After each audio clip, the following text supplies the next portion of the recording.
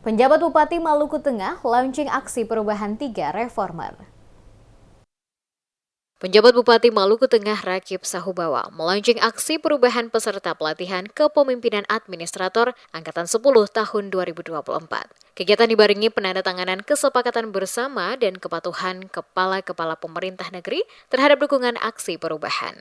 Turut hadir diantaranya Ketua Komisi 1 DPRD Kabupaten Maluku Tengah, Kepala Bidang Pengembangan Kapasitas Teknis, staf ahli Bupati, asisten Setda, pimpinan OPD lingkup Pemkab setempat.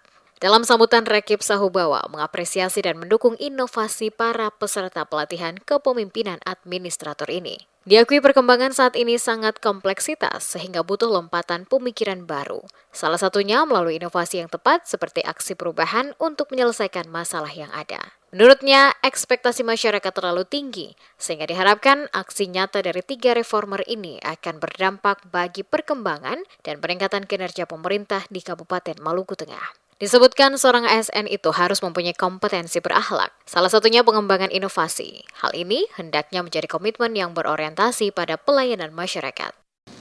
Aksi-aksi perubahan ini tidak hanya berakhir pada diklat sekedar untuk mendapatkan sertifikat atau gelar, tapi lebih daripada itu adalah harus terus berlanjut.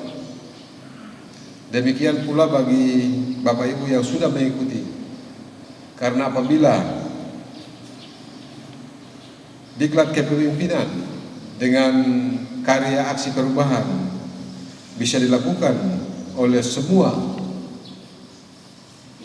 lulusan diklat, saya yakin bahwa inovasi akan semakin nyata, akan semakin masif, dan semakin menghasilkan perubahan yang lebih cepat, ada lompatan-lompatan yang besar.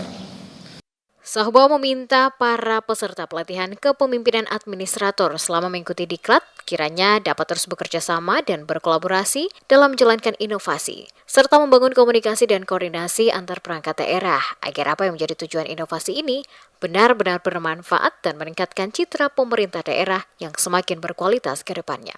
Aksi perubahan 3 reformer yakni Kopi Barista, Komunikasi Pintar Pembangunan Negeri berbasis data, kemudian relasi online, reformasi layanan informasi administrasi pemerintahan berbasis online, dan OPSIKU, optimalisasi layanan hukum secara online.